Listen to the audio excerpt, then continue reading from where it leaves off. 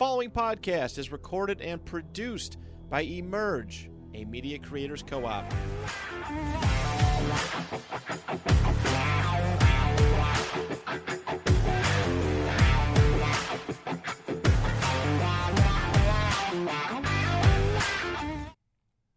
Hello, everybody, and welcome back to Heartbreak. No interruptions either. No. This is the TrapNerd Sports Podcast. I'm your host, Duke Clark. And just with me today is just Harry, just me and Harry. Yeah, I don't know this Heartbreak that you speak of, man. I had a nice Thanksgiving weekend. All right, today it's just going to be me. Yeah, I mean, I guess it's only Heartbreak for one of us. So, yeah, get your shit off. Show everyone how happy you are. What are you guys now, 5-6? Yeah, we're 5-6. We're a game behind Seattle and Minnesota for the last two spots, so we're chilling. Seattle plays Dallas, San Fran, and Philly, I want to say, maybe. And then we also play Minnesota. So, there's a pretty, realistic chance that they play Dallas, San Fran, Philly. Yeah, some shit like that. So there's a good chance you're going to see Jordan Love in the playoffs. I got to look this up because there's no way to make the playoffs if that's it's really crazy we actually have a shot. We play Kansas City, so I expect to lose that. And then the rest of our games are all winnable for the rest of the season. We got the Giants, Panthers, Bucks, Vikings, and Bears. The Seahawks are dead. What is it? It goes Cowboys, 49ers, Seahawks, and then Titans, but then Steelers, Cardinals. So that Steelers game will be huge. If everything goes the way it's supposed to go, they'll win 2, lose 3, and they have to beat the Steelers. But then also the Vikings just lost to the Bears now, so that's huge. Yeah, you guys might make the playoffs. Yeah, we're chilling. If the Packers make the playoffs and the Bills, yeah, Josh Allen and Josh Clark gotta watch Jordan Love in the playoffs, dude. You might as well just cancel the pod for a while because I'll be going crazy. We'll see, though. I won't get my hopes up. Though we got Kansas City this week. I really don't see us beating them. And they've looked beatable all year. They have, but at the same time, it's just. I think we saw it. They went down 14-0 versus Vegas, and then I think something clicked in Mahomes and Reed. All right, we really got to turn this shit on. I won't get my hopes up yet, but I'm excited though. It was a great game. Jordan Love looked amazing. I don't know if you were able to watch it, but it's pretty. I watched a little bit of it. Jordan Love, Christian Watson, Romeo Doubs been letting me down all year. Had them all on my bench. Jordan Love outscored Goff by 10 points. Watson outscored my flex guy by 10. I don't know what Dobbs did, but Dobbs didn't do much. He had 6. I mean, I'm rooting for it. Can you guys please just be good? I would love for Christian Watson just to be good. I'm hoping, man. I love it. He was actually going up and making plays. First play of the game, a 53-yard catch. He went up and made a decent catch. So we'll see. Definitely, I was losing hope, wondering, we were talking about draft position, me and Mark, for a while, and now I'm oh shit, we just beat the Chargers and Lions. Can we actually make the playoffs? Even if we get dusted by San Fran, 51-3, I don't care. If Jordan Love makes the playoffs his first year as a starter, that's huge. That's huge moving forward. Yeah, and the experience is big too. Yeah. I mean, which is a good segue to the Bills. The first Bills playoff game, Josh Allen looked like he was never going to be good. Going into the year after that playoff game, that everyone was you guys still you might have made the playoffs, but your quarterback's Josh Allen because he just was hucking it to fucking a fullback that was double covered. And yeah. It's just good to get that experience. Yeah, I don't know about a blowout. I don't know how that affects things because we were got still blown close out in by that game. Brady, his first playoff game. And then, I just feel it's something about it. You make the playoffs and you feel like you can win. Then if you get your ass beat, or whether you lose a close one or get your ass beat, you get that feel you're sick about it, and I think it should motivate you more in the offseason. Yeah. You see, nobody outworks Jalen Hurts from what I read and the videos I watch. So I'm sure that loss to Brady, he's I want to be like Brady. You know what I mean? These guys want that. So I guess it just depends how some of these guys handle it. Yeah. So segueing into Buffalo, who has a better record but a worse chance at making the playoffs. The bottom of the NFC is terrible. That's what sucks for you guys. We were half right at the beginning of the year of the AFC being as good as it is. We were a little bit wrong on who the players were going to be, who the best, who the teams we were. We were wrong about some of the teams that were in it, but we were right that the AFC was way harder than the NFC. It's deep. The NFC's top heavy with the top 4 teams. I think are as good as any team, but the AFC is loaded. Yeah, with the Bills, they lost to the Eagles this week, another crushing overtime loss, which might end up being the legacy of Sean McDermott. Yeah, it's wild at this point. It like the legacy. The legacy was almost set in stone. This is the guy who brought stability and success to an organization that had it less than any team in football for almost 20 years, and now it's like you can't win a close game. Like it's almost like he did his mission's complete in Buffalo. It seems like it almost seems like he's the Tom Thibodeau or the Dwayne Casey of the NFL. You guys need someone else. It might be. I don't know. He can bring you like Dwayne Casey with the Raptors, Tom Thibodeau with every team he's ever been on. He goes to a team that's in shambles and he makes them a playoff team. I mean, not so much the Bulls. They were getting some of that young talent anyway, but like he goes to the Timberwolves who look like dysfunction. He goes to the Knicks who look like dysfunction, and he brings them a playoffs. He makes them a good team, but can he ever get over that hump? It's enough. Like you're like, okay, making the playoffs is awesome, but after a while you're like, I want to win. Yeah. But and now you're not making the playoffs. Like you're taking a huge step back now, possibly. Most likely, they're not going to make the playoffs. And like I said last week, it's just like I think it's a fireable offense. Like I mean, I know it's like Bills. If the Bills weren't so bad before McDermott, I feel like every Bills fan would be like, if he doesn't make the playoffs, fire him. Yeah, but it's like they're so scared. Yeah, it's like he means a lot to the fans. It's like Stockholm syndrome. It's like we can't get rid of him because what it could. Yeah, like more years. Yeah, but if you guys play the way you have the last 2 weeks, though, like that. I mean, I know your schedule is brutal and you need help and blah blah blah, but that's the team that you guys had high hopes on in preseason. You know, you guys played really well in Philadelphia. You guys dominated that game. You blew it at the end. You know, you destroyed we blew it at the beginning, Jets. in my opinion. In my opinion, we blew it at the beginning. Yeah, you had opportunities to really just beat their ass. I felt like we should have been up by 20 by half. Yeah, you were saying that. And I was telling, and my brother's like one of those fans, like, you're so negative. It's like, no, I've just seen this before. You know it. Like, you let these teams stick around. Philly's way too good to let stick around. Yeah, and you just seen it against Kansas City the week before. Yeah. They hung around and ended up winning. It's like, sure, without context, you're like, you're up by 10 at half against Philly. Fucking great. But within the context, this fucking sucks. Yeah, like Hurts had like 20 yards or some shit. It was nuts. We should have been up by 20 points. The James Cook drops a touchdown. I don't remember. Did we get a field goal that drive? I don't know if that was the horse collar drive. No, it was the next drive. It was the horse collar, I believe. So either way, James Cook drops a wide open touchdown. Beautiful hits play call. Beautiful throw. It's thrown in the exact right place. Boom. Take a touchdown off the board. I believe we don't score there. We might have got a field goal. I don't really remember. It's like they're kind of blending to me. And then the next drive. Oh, no. That was the drive where he drops it. They're in field goal range, 2 straight flags. So we don't even get a field goal out of that because we got 2 straight false starts. Boom. Take 3 points. Take 7 points off the board, and then you don't even get compensated with the 3. And then the next drive, I believe, was the horse collar, which the refs are partly to blame. For sure. This is my first time all year. I know that a lot of fan bases try to blame refs. This is every fan base wants to blame refs and injuries every week, and when they win, you don't hear about it. Yeah. You know, but the horse collar was very obvious, and the one pass interference was very obvious. Those do change the game, but the fans who only blame the refs when they've seen Josh Allen and Davis run the wrong route or miss the throw. Yeah. You guys win the game, it's over. You get 100%. A stop, it's over. You don't let Elliott even have a chance, even though a 60-yard kick in those conditions is unbelievable, but you don't let that shit happen.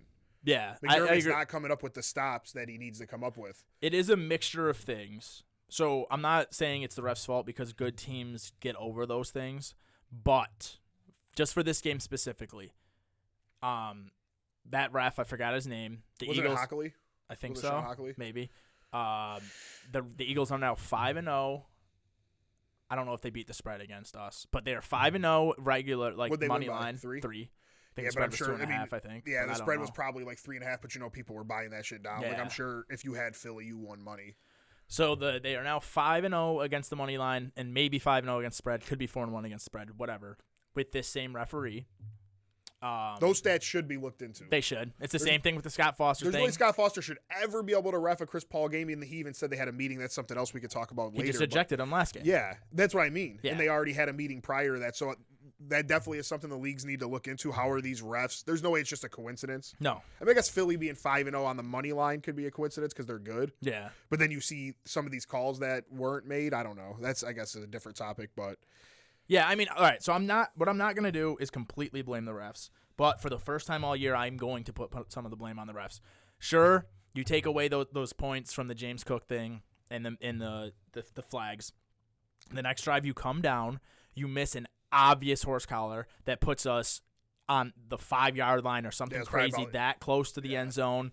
And then not only that, but you call it intentional grounding, which puts us back for a long kick, which then gets blocked. And it's like, it's a huge swing. That's either once again, you don't know if it's going to be 7 points or if it's going to be 3 points, but that's just more points. You don't know if Allen's going to fumble the next snap and Philly's going to recover it. You're right. Like we don't know, but it obviously was a disadvantage to you guys. That was by far the biggest missed call in my opinion. Yeah, and then at halftime it was 10 penalties to 1. Yeah. And I mean, like, it's just the one time they called holding on McGovern, I believe it was. The dude, he's blocking the dude. The dude slips. And all he does is like kind of like put his hands down on the guy, like it was like a continuation of the play. They call holding, like he was like holding him on the ground or something. It was ridiculous. But either way, also like as Bills fans, you have to like look at the things. This is once again, every time we lose, it's things that we do, and we lose all these games by 3 points, by 2 points, and it's like. There's 10 things that we could have done differently, regardless of the refs. Right. Like, you don't get those 2 flags. You don't drop that ball. Gabe Davis doesn't, whether it was Gabe Davis' fault or Josh Allen's, I don't fucking know. Yeah, it was an easy walk-off regardless. Whoever's fault it was fucked up. You don't do that. Like, and there was a couple other things in the first half where it was just like, you're giving up the game. Like, it was the worst 10-point lead I've ever felt like I've ever seen. Yeah. And it sucks because you knew at some point Hurts was going to get going. Yeah. That's just the way it is. Like, he's not going to have 4 quarters of – I remember the game started, he said Heiken had to run out and throw the ball out of bounds 3 straight plays. Like, that shit's not going to keep happening. Yeah. Like, the Eagles are too good. So I understand why you felt that way. I thought Buffalo was going to win at the end, and when they scored, I was like, oh, yeah, like, good shit. I think, they're going to win. I couldn't believe that Elliott even made that kick. What about those penalties on Kelsey? Were those legit? I didn't understand that. Even when they were showing the replay, Romo was like, right here, he does this, and to me, he didn't do anything. I think they actually called one of those on the Bills, too. I guess they're way stricter. They did do it. They did it to Morse, either a drive or 2 before the first Kelsey one. Or the Kelsey one was on both the same drive. Yeah, and that's what made it a 60-yard field goal. He, like, literally almost fucked up the whole game. They called it on Morse, either the drive before that or 2 drives before that. I guess they're way stricter with the center on movement because a lot of the players jump on the ball. So even if it is just like a little like that, they call it. They did it to Morse too, and then they did it to Kelsey twice. I didn't see it personally even on the replay, but the thing that convinced me was the Bill player, like whatever Kelsey did that I couldn't see. Like the one Bill player jumped up. It was a point. Like he's seen something. Obviously the ref's seen it. But Romo, he makes me laugh the way he is with Josh Allen. I see some funny memes about when he calls Josh Allen games. Yeah. That shit is hilarious. He's like Chris Collinsworth. But I know, like you said, he probably hates the Eagles as well. Yeah. But he definitely loves Josh Allen, man. This shit's hilarious. A quick side note, it is so funny how long these rivalries last. Like Rex Ryan's dad was the Eagles coach. Yeah, he's the Eagles coach way back in the day, and he still hates the Cowboys. Even though during his entire career he never coached a team that was like a rival for the like in the NFC East, he still hates the Cowboys. Yeah, that's how it's crazy how far that goes back. But yeah, I mean, it's just like the Bills. Like obviously the Eagles made really big plays. They're a really good team, but it's like for the 5th time this year, I feel like the Bills beat themselves. I feel like it wasn't the other team. It was us, and it's getting annoying. And even with all these bad things that we did to ourselves, even with all these the refs being against us, 31-31, right? Like it took a 60-yard field goal, and it took all these crazy things for this to even go to overtime, and then we still have a chance, and Gabe Davis runs the wrong route, and it's like it feels like it's just not meant to be this year. I mean, like ever since I know it's only been 2 weeks, but ever since Dorsey has been fired, the team has looked how they looked in previous years. Like this is a team that just they went total, like if it was just a normal loss to the Eagles and it wasn't because of the dumb things we did to ourselves.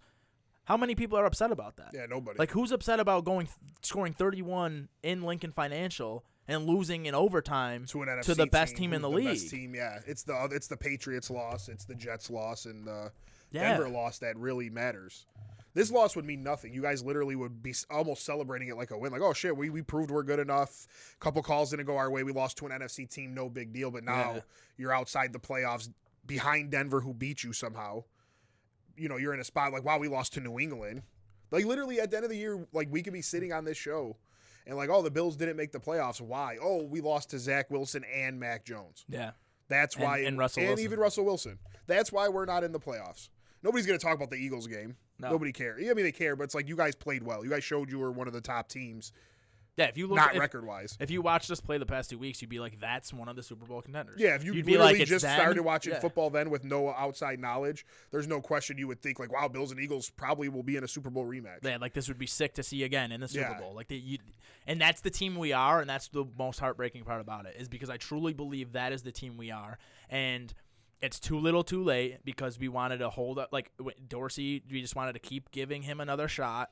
And you really look at those games, and it's like that's what happened. Like, the offense is being held back, and they don't play like the Patriots game and the Broncos game. They don't even play offense till the fourth quarter, basically. Right. Soon as it's like, oh fuck, we need to let Josh Allen do whatever he wants. Yeah, he does what he wants. James Cook, he runs down the field on Denver. Yeah, he does. They do what they want. Runs and ended up getting a touchdown. I agree. I wasn't sure that Dorsey was the problem, but the last 2 weeks it looks like it's got to be pretty obvious right now that he had to have a big deal about it. Yeah, and it's Dorsey mixed with the fact that McDermott can't close out a big game, and now here we are sitting 6-6, which most years isn't a cause for panic, but this year it is. I mean, there's 4 teams ahead of us who aren't even division winners, like, and now it's like we can't even really catch Miami unless Miami really can't beat a good team, and they do lose those 3 games at the end of the year. One of which being to us. If they lose the Ravens and the Cowboys because they just for some reason can't beat a team that's over 500, right? Then we have a shot, but we have to win every game. Yeah, you also have no room for error with Miami, Dallas, and Kansas City. Yeah. So it's not like you guys have an easy schedule. Who's your other 2 games? New England and Chargers. And the Chargers are a type of team where it's like it's not the. They obviously don't know how to win games. Herbert maybe look real bad after defending them, but like they can win. Like they are decent on paper. You're not just going to walk in and roll over them. It's not a game you're happy about. Like playing New England again in Buffalo, like you can't wait for that game. That's obviously going to be an ass whooping. But like all the other games are tough. Yeah, and it comes back to what I said last week. I know McDermott and love McDermott, but I just think missing the playoffs with a full healthy season of a top 5 quarterback. When 7 teams make the playoffs on top of it. It's like you can talk about Milano and White and even Von Miller hasn't showed up in these guys' injuries, but you have Josh Allen and 7 teams make the playoffs. Like you got to be able to you have to make it. I don't care about who's hurt on your defense. You can't let the Patriots score 29 points. No, I agree. Like you can't. There's no way these dudes are losing 10-7 to the Giants and shit like that, and they're beating you. Mac Jones is out here just looking amazing. So. Yeah. No, I'm with you on that. Like I don't care. You make those the calls, and Joe liked them. But going back to the Jets game, what's working? You score 13 points in the first half, which is good against the Jets. No, it is. And then you get way more aggressive, and you start going for it on 4th down, and you're instead of taking field goals, and then you're throwing the ball downfield instead of just running and passing. You're doing everything in your power to let the Jets even have a chance when they wouldn't have had a chance. Yeah. You guys could have almost kneeled the ball like in Waterboy. 100%. And just punted it. Literally, they probably couldn't come back. Yeah. So I mean, or they score on a punt return touchdown in overtime. Like they weren't going to probably drive down the field and score, but you let them take a punt back. Yeah. Like though that's really where your guys' season's at is like you said, is just all types of heartbreak and bullshit. You guys are cursed. It's been the past 4 years. I mean, it's ridiculous. I mean, I sent the picture in the group chat, but I'm just going to go over it for the sake of the pod. So these are all games where Josh Allen gave us the lead late in the 4th quarter or tied that we ended up losing. Last year, the game with the catch with Jefferson. This year it was ridiculous. This year with the Jets. This year with the Patriots. Minute 58 left. Mac Jones with 2 minutes walks down the field. Can't even hold him to the field goal. A lead with minute 55 left against the Broncos. That Jets game was last year's. This year, Jets overtime. Oh yeah, Jets last year. Yeah. Last a couple of years ago with the Tampa Bay game. Overtime. Yep. The playoff game against the Texans, which I don't really. That's bullshit. That was I get what they're getting at. Like you guys were up 16-0, but at the same time, like the Texans were the better team in my opinion. And it was Josh Allen's first that playoff was different. Game. But no, I mean, it's been crazy. And not even in that picture for some reason was the biggest one was the 13 seconds. Right. Yeah. So. It's just been heartbreak after heartbreak. Dude, I'm telling you right now, I don't like to be that person that, like, I can relate.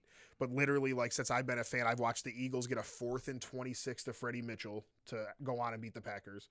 I watched the Packers blow a 20-7 lead in the NFC Championship game with like 4 minutes left, including an onside kick where Bostic's supposed to block so Jordy could catch it, and he tries to catch it and hits his face. I've watched Rodgers throw a Hail Mary to send it to overtime just for Arizona to walk down the field and get a touchdown. I remember that game. I watched Rodgers' first playoff game. We lost 51-45 in overtime to Arizona. Like, I get it. I mean, I'm sure there's even more. Oh, yeah, twice to the Giants. We're 15-1. We lose to the Giants. And then Favre, we send it to overtime. Giants miss a field goal. We win the coin toss. Favre's last pass is a Packer interception. Giants eliminate us. Like, I get it. That shit sucks. You have the high hopes. You have the team. Everything's in place. And somehow, 13 seconds, 4th and 26, whatever it is, we both could create memes for both our teams. It's fucking horrible. Yeah. My only happiness is I was able to get one Super Bowl out of Rodgers. Like, I at least had that. And I still felt cheated. Yeah, X was saying in the other TrapNerd group chat, like, Josh Allen is Brett. I mean, we've said this before. I mean, we said it when he was coming into the NFL. Like, Josh Allen, his peak is going to be Brett Favre. Like, if he gets some of that accuracy shit down, that's what he's going to be.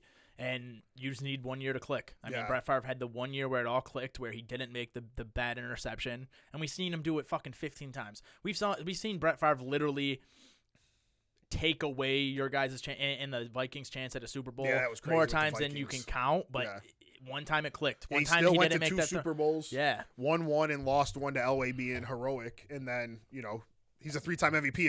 If you're gonna be like Brett Favre, you're going to be one of the best quarterbacks ever. So I don't think any Bills fan would be mad at 2 Super Bowl appearances, 1 win, and 3 MVPs. They would be pretty pumped about that. It's like at this chance I would make the argument that Josh Allen, at least, which he is better at Favre at, you usually don't see him make in the big moments. Usually his one turnover of the game is, I mean, this week, one of the reasons we lost is he did throw an interception. Yeah, that was a shitty interception. That's another point, too, we didn't talk about, was not only that interception, but 3rd and 15 to Zacharias or whatever. Oh, yeah. That was the most improbable touchdown pass or even pass completion of Jalen Hurts' career. There was a 3% chance. You know how they do that shit? You guys really are cursed. Like, literally, it's 3rd and 15. You're going to make a huge stop. You have Micah Hyde All-Pro on Zacharias. Yeah, whatever his name Jalen Hurts is just like, fuck it. Like, he throws it up. I'm like, oh, A.J. Smith. Maybe even Julio's down there. Just Zacharias is down there like, I got it. Back in the end zone. Like, amazing throw and catch. It all goes in. Yeah, literally the interception, and then that play happened within 5 minutes or whatever. It's nuts. Yeah, so, I mean, I will say, like, but when at the last big moment that Josh Allen had the ball, he does a great play and throws it before overtime. He throws it to Gabe Davis. Yeah, Davis came through for sure. He's right there. Big game Dave or big game Gabe. I don't know how he does it. He sucks all year, and then you guys play like the AFC divisional versus the Chiefs, and he has 200 yards. Or he plays this game versus the Eagles and was really good until the missed route, which could be Allen's fault. We don't know, but yeah, I don't know.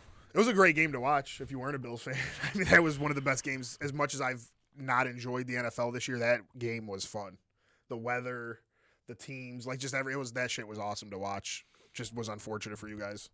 I will say if the Bills were going to win the Super Bowl, this would be the most Bills way to do it, which I'm not saying it's going to happen.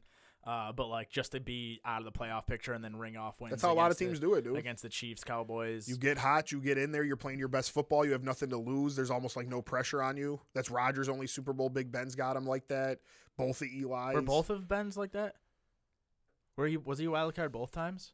Because they lost the year they went 15-1. They lost the 15-1. I know the one they were a wild card when they beat the Colts, but the other one, I feel like one of the years they were just mad good, but I could be wrong. When they beat Arizona.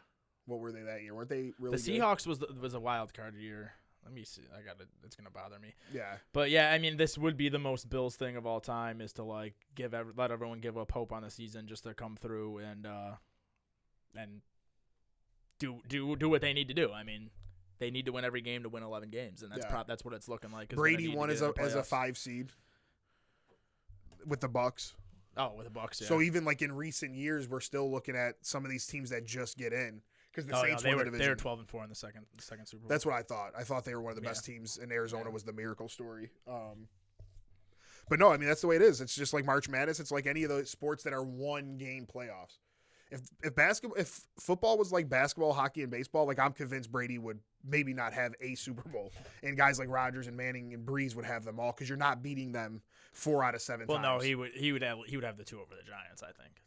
They're not beating that Randy Moss. No, you're team. right. You're right. Yeah. So yeah, that Randy Moss team's never losing 4 out of 7. So yeah, but the football's different. It's just whoever gets hot. Obviously, Mahomes is changing the standard. He's going hot in the regular season and hot in the playoffs.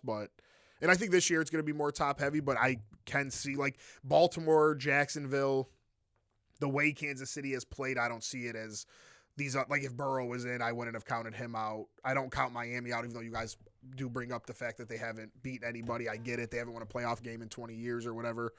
I don't care about that shit because this is this year. Yeah. You know what I mean? Like, what happened 20 years ago had nothing to do with their coach, Tua, Tyreek, none of them guys. This year, I guess you could use that argument that they haven't beaten a good team. But at the same time, what happened 20 years ago has nothing to do with will Tyreek Hill have a 250-yard, 3-touchdown game and eliminate whoever. Yeah. So I don't put a lot into that. Until Phillips got hurt, I really thought Miami's defense was going to become, with Howard and Ramsey, one of the best. And it still might, but that was a huge loss for them. But I still think Miami's a tough team. I don't know. It's wide open for sure, I would say. Yeah, I think any team that makes it, and it's like just to finish the Bills, and then we'll get into more football. One positive we have from here is that since Dorsey's been fired, we have looked, and I know it's been 2 weeks, we have looked like one of the best teams in the league. Against good defenses. Yeah, we've looked like Philly has a bad secondary, but that's still a good defense. Yeah. We've looked like one of the best one of the best teams in the league, regardless. We almost beat Philly at home. We scored more points against the Jets than anyone has. We can beat anyone. We just need to do it week by week. I mean, we can also lose to the Chiefs. I mean, the Chiefs could beat anyone, obviously. Yeah. We just need to take it 1 week at a time because when this team plays as well as it can play, it can beat anyone, and it has been playing. You just clean up a couple of those things, and we beat the Eagles. I mean, you clean up a couple fucking tiny things, any one of them. Yeah. You could have had the 10 flags. You could have had the drop, one of the drop touchdowns. You just take one of those things. You just take one of those things out, and right now we're 7-5 with a win over the best team in the league. Really good. So. That's not. I don't give a fuck about the moral victory of that. It's about going in, looking at film, and if you clean that up, you can beat the Chiefs, you can beat the Cowboys, you can beat any of the teams we have left. Positive is you can beat everyone. The negative is you fuck up one more time and you're done. There are some things about this season that remind me of the 92-93 Bills. That's the Bills team that went to the playoffs. That was the first Super Bowl? Or the second? That was the first one against Dallas. They made it to the Super Bowl as a wild card team. That's also the Houston game. That's the first the game against Houston is the first game of the playoffs. That was their only home game that year because then they were on the road. And that was when Kelly was injured? That was Kelly missed the first game. And they blew so many games that year. Like, they should have won the division. I remember that, like, and it wasn't meant to be because obviously they went and stunk against Dallas. But there are those, you never know. And I just don't, I'm kind of with you. I just think that there's just, they really got to figure out some shit. But you look at some of these teams, I think this is the NFC's year anyway. I think the NFC is just too fucking strong. The Eagles and the 49ers. that game this week is I don't see, like, I mean, I can't see how the Chiefs are the Chiefs and the Ravens are the two best teams in the league, arguably, on the AFC side. Yeah. Like, are they better than the NFC teams? I just don't know. Yeah, it's going to be tough. I mean, they both do have better defenses than Lamar and Mahomes have ever had, which could be huge for them, obviously. But with Kansas City leading the league in drops, I mean, how do you fix that? Obviously, Raji Rice being on the field, getting targets is huge for them. Kansas City knows how to win those close games. They do. And they know how to grind it out. Bucker hasn't missed a single kick this year. He's and the best kicker Kansas in the league. City has that experience. Like, you talked about that earlier experience, but, like, I don't know. Like, it just seems like, but I don't know. I don't think Kansas City can get into a track meet with a team. No, yeah, they need their defense to keep them going. They don't.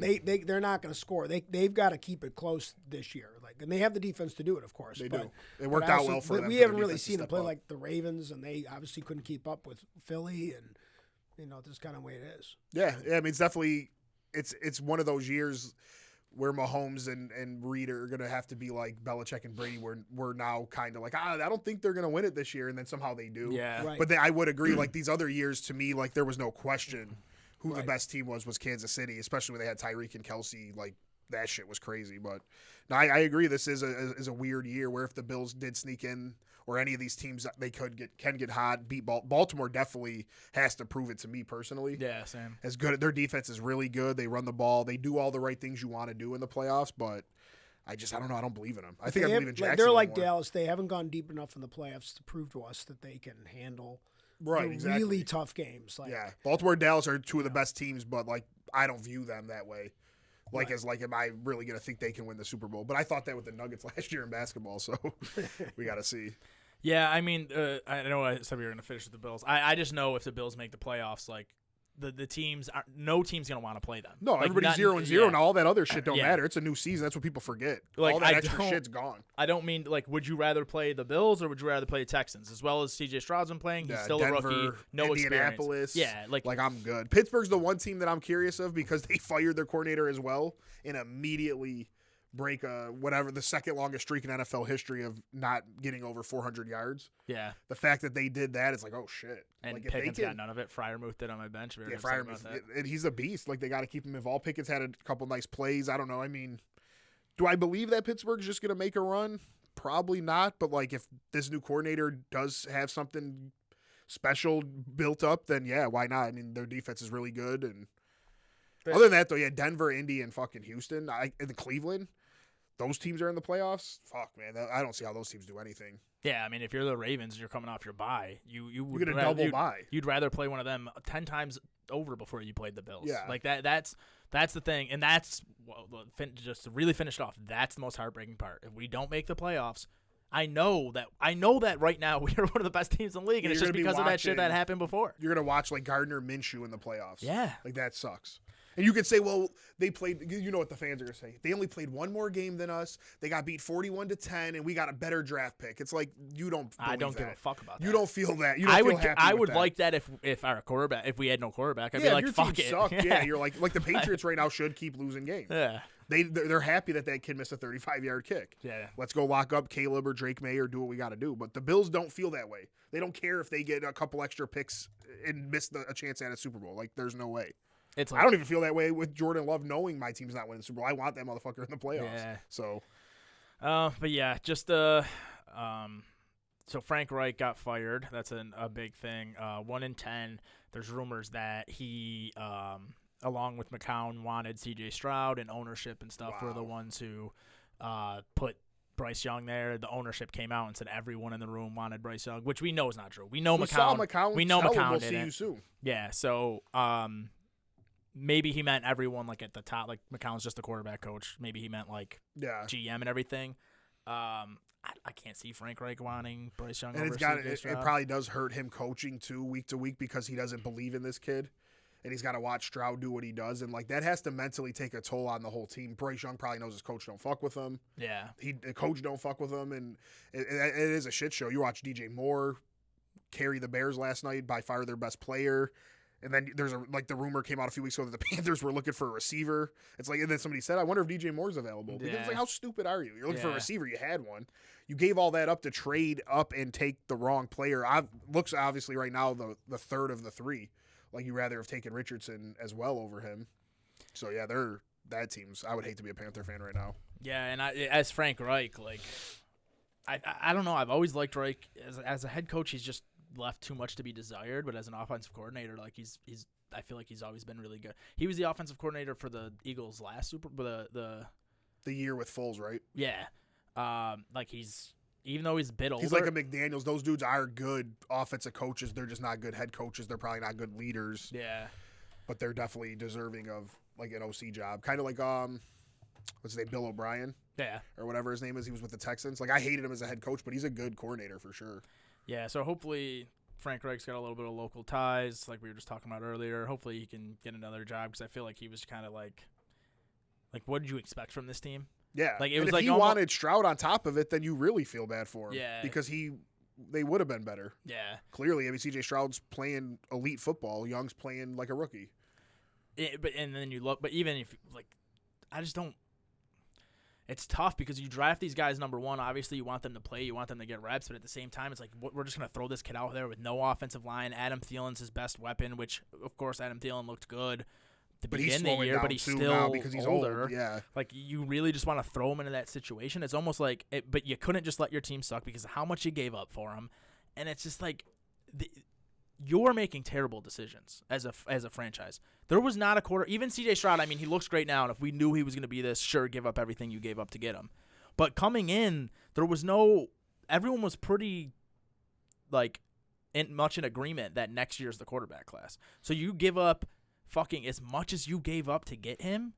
I mean – you put your team in a bad spot regardless. It's just stupid. And it's like now you can't even sit him for a year in hopes of getting some offensive line help or some receiver help. It's just like it never seemed like it was going to work. Yeah, I don't know why Frank Reich took that job. Where they picked and got Jalen Carter, who obviously, I mean, you saw it Sunday. He's unbelievable. And then you still had DJ Moore, still had all these picks, and then you figure it out. Still suck this year. And then if you have to mortgage the farm, you still get Caleb Williams or Drake May. Yeah, those dudes are considered 2 of the top 10 prospects in the last 10 years. Nobody ever viewed Bryce Young or Stroud or Richardson that way. This wasn't the year to make a ballsy trade. Exactly. Instead, you could have got Jalen Carter, kept DJ Moore, and then if you didn't tank hard enough, you give up everything for Caleb Williams or Drake May. And what really irks me is when you see these big trades like this, like when San Fran did it for Trey Lance and stuff, you never see the teams that are trading trade away assets that would help their future rookie quarterback. Yeah. Like why? If I'm them, trading, I couldn't DJ Moore DJ is Moore not involved in the trade. You either want these sense. picks or you don't. Like I'll wait till next. There's no rush. You're gonna suck. It's just. That's just the reality of it. It is, yeah. Like CJ Stroud looks amazing and they still might not make the playoffs. Yeah. Like you're going to suck. Why rush it? Why make it so like why give up DJ Moore in that trade? If you had all this faith in Bryce Young, okay, send the picks. But you're gonna give up the number one help. The Bears for finessed them. They were like, you give us DJ Moore or you're not fucking getting the pick. Yeah. Like they clearly knew they had Carolina by the balls and Carolina gave in. Because there's no way. If you saw what the Eagles gave up to get Jalen Carter was nothing. Yeah. Like, they just gifted them Jalen Carter. Yeah, so, I mean, the Panthers, that's got to be the worst team to be a fan of right now. I know there's a bunch of bad teams, but... Yeah, there's nothing to be excited for right now. Young looks horrible, and even if he grows, you have no assets to get better. Nobody's going to want to come play there. Besides guys like Miles Sanders and Adam Thielen, who were just getting a bag real quick. Yeah. You're not getting a legit player that wants to go play there. You have nothing to even build around Bryce Young to think that he'll be better next year. It's like no, I agree. That's the number one team I wouldn't want to be a fan of. Like at least when Josh Allen was sucking and we went 6-10 the rookie year, he was making plays that were like at least cool and entertaining, and we still had our picks to build around it and stuff. Like, I would hate to be a Panthers fan right now, man. It just seems like as even the whole 17 years that we didn't make the playoffs, there was still times where it's like we're a couple moves away. We still have a really good defense. If we could figure out there was still like some hope. There's nothing. There's nothing that I can see Carolina being good for 5 years minimum, like at all. It's like almost like sell everything that you have, but you can't do that because now you have a quarterback that you hope will be good one day. It's rough. That's why people like legit talk shit about Love. Why I get so pissed. It's not just about being a fan. I don't care if you think my quarterback sucks. You see what Carolina's doing with Bryce Young. Jordan Love has the youngest team in the league, the cheapest wide receiver room. Now he looks this good. Guess what? People might want to come play for Green Bay. We have the Jets draft picks. We have things to build around where I feel like within a year or two we're going to be a legit competitive team. Carolina has none of that. They have nothing to look forward to. I could say, well, Aaron Jones was hurt all year. Maybe Bakhtiari will come back or whatever.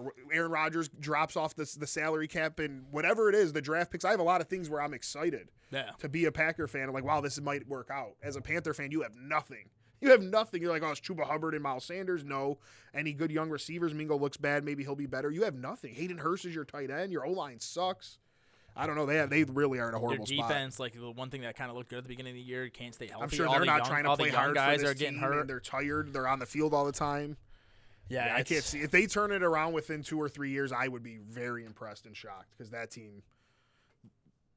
fucking team sucks. The only good thing is that division is fucking awful. Yeah, so they can hope to win like 7 games and make the playoff type shit, but I don't even see how they can do that. They're fucking horrible. Yeah, and the Falcons could easily get another, it's good segue. I sent it to the group chat yesterday. There's no reason to believe this is going to happen, but beginning of the year, I was like, oh, Kyler Murray, I feel like is going to be a Falcon. Arizona, is all Kyler's in on that dude, is all in on Kyler. They are not going to draft a quarterback this year. So Kyler will be a Cardinal. But so now you look around, it's like, okay, the Bears are going to have the number 1 pick. Do they stick with Fields? Fields looked decent at times yesterday, but still only scored 12 points. I don't think they'll stick with Fields, man. I really think having those picks, you can get Caleb and also add like Marvin Harrison or Bowers with DJ Moore.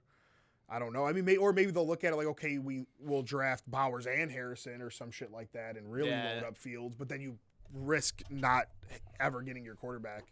Well, they're not smart, so anything could happen. Yeah, they'll end up taking like an offensive lineman and fucking a safety or something with those 2 picks and just ruin everything. But right now they're doing the right things. I will say that.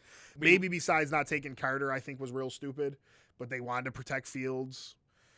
I don't know. I'll always laugh at that one because I didn't know. I'm not going to say that, but I believe Jalen Carter was arguably the best player in this draft. So seeing him do this, it's like it was as close to knowing as you could. Yeah, it's like everyone thought he was the best player. There was all the rumors Bears were taking him number 1 overall. Then he has these rumors around him with the race or whatever, and then you get him to fall in number 9. That was like they really finessed Carolina. They got everything plus Jalen Carter to fall to them, and they ruined that part of the trade.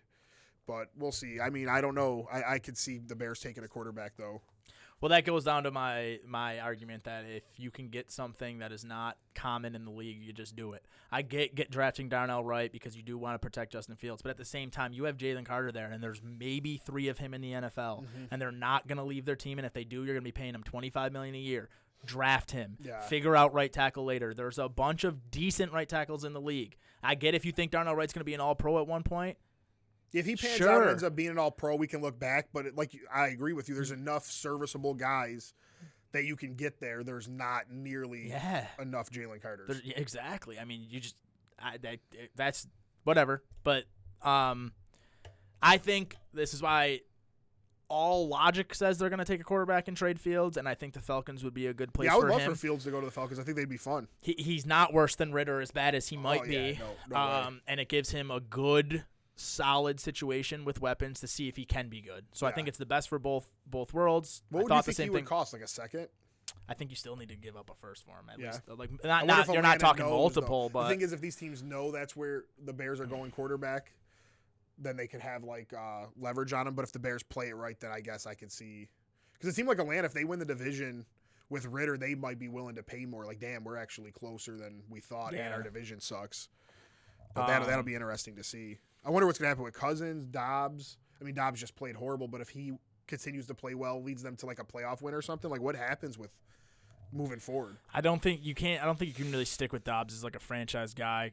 Kirk, they might give another year or two because obviously they're not going to trade Fields within the division. I don't know how many other quarterbacks are like going to move. I thought it was just either Kyler because of the situation. Right.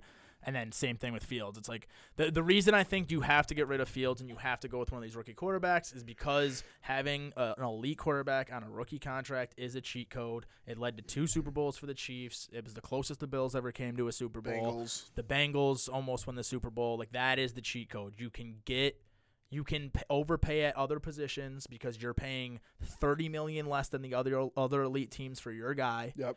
And so even if you do believe Fields can be good, you have to do it. Because you wasted his rookie contract doing all these dumb moves, not getting him help, just now finally getting him a receiver. You got to do it. And the fact that you can also have the number 4 pick to put something around the guy that you draft at 1 or 2 or wherever you end up, you just have to. I feel like even if you don't get a first, even if you get 3 seconds or 2 seconds and a decent player, you're getting stuff that's going to help you finally make the right move. You draft Caleb or Drake May or whichever one you like more. You get Marvin or Brock at 4 or 5 or wherever that pick ends up. Even Ibuka, maybe like say Duze or whatever. Say they win some games and they have the 7th pick. You get one of those dudes. Now you have DJ Moore, an elite fucking young guy who could develop into what DJ Moore is.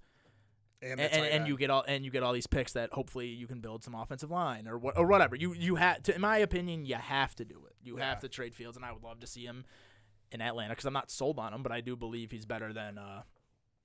He's definitely better than Ritter. Better than Ritter. Yeah, I think there's no question there. If he's gonna succeed anywhere, it's there. I have so many Falcons. This is biased because I have so many Falcons in fantasy, but it's just like. You're seeing Cole Kmet like beat Kyle Pitts every week with Fields. You're like, man, Yeah, even Bijan is super like up and down because Arthur Smith's got to go too, I believe. But there's more to it than just Ritter. But the coaching's bad, and getting Fields would be a huge upgrade for them, though, I think, as well. Yeah, so that's switching Kyler out for Fields in my earlier prediction. My prediction last year was that Kyler would be either a Raider, a Falcon, or a Viking. Fields gets traded. He's not going to the Vikings. They're not going to do that. But the Raiders or the Falcons are up there. Yeah, I can see that as well. So because the Raiders have a good team, like a decent team. They just keep missing on quarterback with Carr, Garoppolo, and now this kid that they've been playing, O'Connell. Like, those dudes all stink. What's the record? They got 4 wins? They have 5 wins. If they would have somehow beat Kansas City, they were up 14-0. Obviously, they would have been feeling real good about that. They would have also had 6 wins. So, I think that they should definitely be in play for one of these quarterbacks as well. Yeah, and maybe the Falcons or them, maybe they draft Penix and they're just like, fuck trading for Fields. Yeah, no, because there is other guys. Bo Nix obviously is looking crazy. Jaden Daniels, like, there's going to be guys to get. I mean, and Jaden Daniels can be a cheaper version of Fields. Yeah, for real though. Quinn Ewers, I think, will be in the class this year. Like, it's a good class. It's not just the top 2 guys. There's also a lot of other guys that should be decent. Yeah, and it's almost seeming like we're getting someone like 5-10 years ago. It's like there's not enough quarterbacks to go around. You just need one of these quarterbacks, and now it's like there's so many quarterbacks to go around. Yeah, so it hurts like the value of guys like Kyler and Fields if they were to get traded, but. Like I was talking, I mean, even with that C.J. Stroud conversation, I was like thinking about it yesterday. I was like, he doesn't even need to be top 5 to not be capped. Like, you can be top 10 and still be great fantasy wise. Like, you're talking like even if you bring off the top 5 quarterbacks, you still got guys. Herbert might not even be in that conversation. Like, Justin Fields obviously isn't, but for fantasy wise, no, you're right. For like fantasy, so, which like, was your argument, there is guys.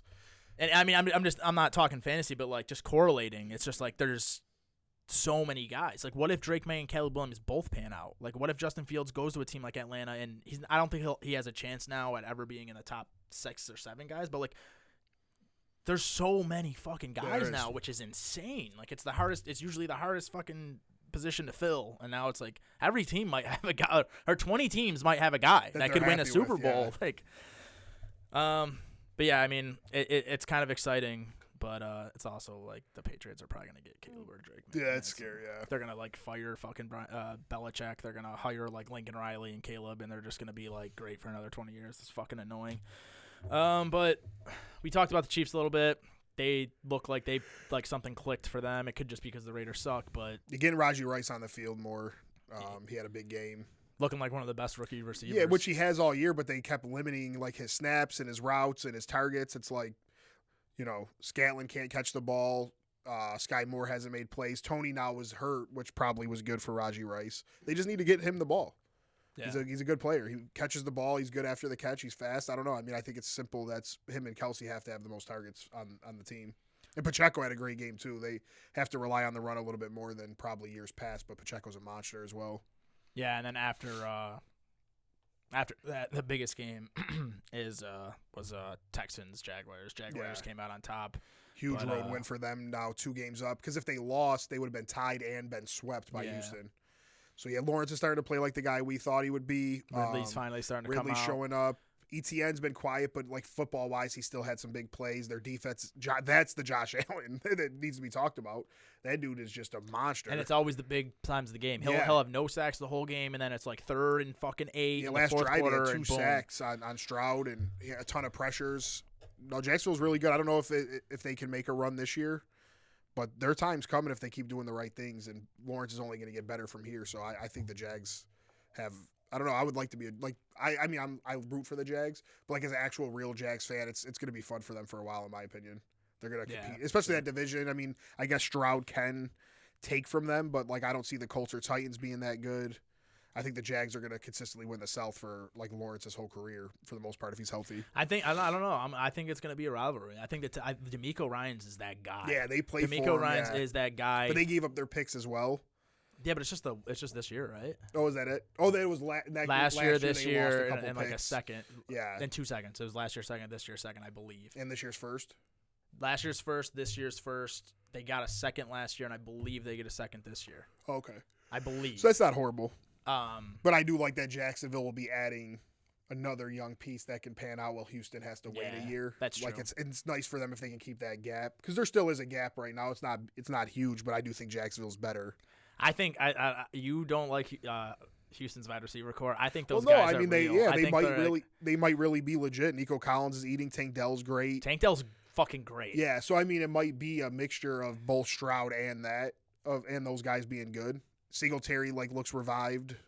Their offensive line's looking good. Yeah. I mean, it's been up and down. There's been games where Stroud was running around. Schultz I know he's not a big play guy, but he's been a guy. He's always been a reliable guy. Their his defense whole career. is solid. No, I mean, yeah, we'll see. They have to have a ton of money. They're not paying any of their all the receivers are on rookie deals. Their quarterback's on a rookie deal. And they're still paying them more than Green Bay pays their receivers. That's what's crazy. Higher draft picks probably. Yeah. Well, they paid Woods too. Oh, okay. So that's I think that was only like a 2-year deal. Both their running backs aren't getting paid. I think Singletary's getting like 4. Pierce is on a rookie deal. They're paying a shit ton to Tunzel. I don't know about the rest of their offensive line, but they're not really paying anyone. Yeah, so they could. People are going to want to come and play for Stroud. Yeah, that's the thing we were saying. Like nobody is going to want to go play with Young in that organization. People will want to go play for Stroud and Ryans. Yeah, so exactly. I think that's actually going to be like a really like a Debo type guy who was on with Ryans was on San Fran. Imagine if Debo went there. Like I think San Fran might have just paid him, but Ayuk, whoever hasn't been paid, just think that's definitely something to think about. But yeah, I think that's going to be a really cool rivalry. I mean, it already almost was one. I mean, you talk about if they win that game, that's a huge rivalry just this year. Mm-hmm. But if he sweeps Lawrence his first year, that'd be nuts. And it's two teams that need a rivalry. It's two teams that no one really cares about. Yeah, that whole division nobody really cares about. Yeah, I mean, Colts have like a pretty good following, I feel like, but no one. The Texans and Jaguars are the two newest teams in the NFL. The Colts and Titans had a little rivalry going, and they were like alternating South championships. But yeah, Jacksonville and Houston absolutely would be something fun for the league. Yeah, Lawrence and Stroud, like you said, the newest teams or whatever. Yeah, I would like that. They're close to each other. Oh no, wait. I always forget where the fuck Jacksonville is. Is Jacksonville all the way south or is it like north? I don't know. Who fucking cares? Yeah. Anyway, regardless, though, I mean, that's still gonna be a lit rivalry. All right, let's move on to fantasy. Getting into TrapNerd Sports League, and Harry, you go ahead. I'll let you take point on this one. Yeah, I believe I broke the scoring record again for the most points in a week. I felt bad though because my man Joe put up 294. He really needed the win. I wouldn't even have minded losing to him, but my team just wasn't going for that. I beat him 328 to 293, and but I think because of how much he scored though. Yeah, I think he put himself in the playoffs. Huge. Let's see. It'd be me, you, Damon, and Tank, and then it would be the next 2 points. Would be Jake, and it wouldn't be Joe yet, but he's looks like he would be about 24 points behind BBD. And Donnie's right there. He's 13 behind Donnie. He's about 24 behind Seth, and so it's those three basically. I mean, they're all within 30 points of each other. So it still was a good week for Joe. Obviously, he would have liked to have the win. And he's not even out of it wins-wise. No, I mean, he's Tank loses behind, a couple. Yeah. He would be tied right now with them, so that would have been good for him. But he's right. Yeah, he's right where he needs to be. Is the buys just top 2 record? That's what we did. That's what I told Damani. He was like, "Oh shit, I want because I think he has the second most points now. He has me by 45 right now. But yeah, I think that's what we wanted to do. Top 4 records, keep it the same, but then reward points as much as we could. Top 3 once again, TrapNerd. Except I'm not there. Usually I am. Joey wanted to have a big week this week, so Harry, 329 almost. It's fucking nuts. Every time, and it's this is what happens every time this year. It's happened 3 times this year. I get within 40 points of you, and then you do one of these. Yeah. Every single time I get within I might pass him next week. You fucking. It's funny because in this one dynasty I'm in, it's $40 a week for high points. I've hit it 7 out of 12 weeks, and I'm not the 1 seed. So you play everybody every week. You get 11 wins or losses. I have 7 11-0 weeks, and I'm not the 1 seed because the weeks it's like this league. I either suck or kind of suck, or I crush. And then this other guy is kind of like you, where he's just kind of top 3 every week. This is the 3rd time this happened to me in a merge too. Second highest points was us with 171, and guess who played the number 1? Yeah, that's the worst. You showing me that last night, even Joe was like, "How? How is that possible?" I'm almost 200 over the second highest points. I'm almost like 250 above the next 2 above us, and I'm the 4 seed, and the only 4 teams make the playoffs. Yeah, that's so. Insane. If we lose this week, and Zach is your kid, right? Yeah. So if Moreno's son wins and I lose, we're out of the playoffs. Yeah, even though I'm almost 200 points above everyone else, and we might even be playing each other. Let me see. No, I play Billsaholic, which is the number 1 seed, but he's 260 points behind. Yeah, that's insane. I'm also projecting to beat him by 30. I'm the Carolina Panthers of that. You beat me. You scored almost 300. I've actually won 2 out of my last 3 weeks, and that I only have 3 wins. So that's awesome. You're heating up. But if you look, my team's just terrible, and I'm terrible at managing my team. I don't trade. I don't do anything that I don't do anything. Spend so much time. I just don't. I mean, I'm like the Panthers. I'm not really invested in trying to get better. Top 3: Harry, Joe, Damon. As far as divisions go, Jake's been taking some tough fucking ass whoopings the last couple of weeks by you guys. I beat Bren, so that's 1-0 for us. And then we're 1-1. Donnie beat X. We were 1-1 on the week. I think we're still about 4 or 5 games up. You know what's crazy? I've had the most points scored on me. That is crazy. That's pretty nuts. Quake has the second. Yeah, I was gonna say he had to because his last. Oh no, Bren has this. Bren's been getting smacked. He plays guys that go crazy. Bren has that bad schedule where you play like 2 or 3 people twice, and he plays like in my family dynasty. I'm in the playoffs right now, but I have to play the top 2 seeds for the last 2 weeks. Yeah, it's unlucky how that But yeah, I think he's one of those teams. Like I think you might play. Joe played me twice. Yeah, that's just unfortunate. All right, so next week. Can I get over? I played Brent twice, his second time playing him. Yeah, okay. So, he played me and you twice. And then I think I play you twice, right? Yeah. So, next week, it'll be me and Joe. Wow, Joe. Yeah, Joe plays me and you to start. That's a real bad schedule. Tank and Seth. Damon and X. There's only, once again, 2 games. X beat somebody? I gotta see this shit. We must not have recorded that week. Andy scored 220 this week. He's back. Dylan and Poop. Harry, you play Bren, and then Quake versus Donnie. Donnie's team came on hot and actually can make if Tank loses and he wins, he's the. Yeah, Donnie said his team was getting hot. So that's the biggest matchup of the week. That's a Trap Nerd versus Tank Talk matchup. Plus, if he wins, he can steal a playoff spot. I mean, if anyone loses, if I lose, I'm 9-3. Never mind. He said, "Yeah, chill." If Damon loses, if Tank loses, he can take that. Damon's fourth points record are crazy. spot. Oh, record, yeah. Yeah, X beat Bren though. Week 9, shout out X. We probably didn't record that week. Yeah, came through with the 188-174 victory. Came through with it was his division. That's awesome. Way to contribute, my man. Yeah, so I mean, we're pretty much gonna win the league. So we have to start thinking of rules. The second rule. And I think we decided that we'll just like keep adding on the rules. We're not gonna replace that'd be rules. cool. Within like 5 years, we'll have all types of different shit going on, and it'll be a cool league. That'll be cool, yeah. So yeah, this league's been a lot of fun.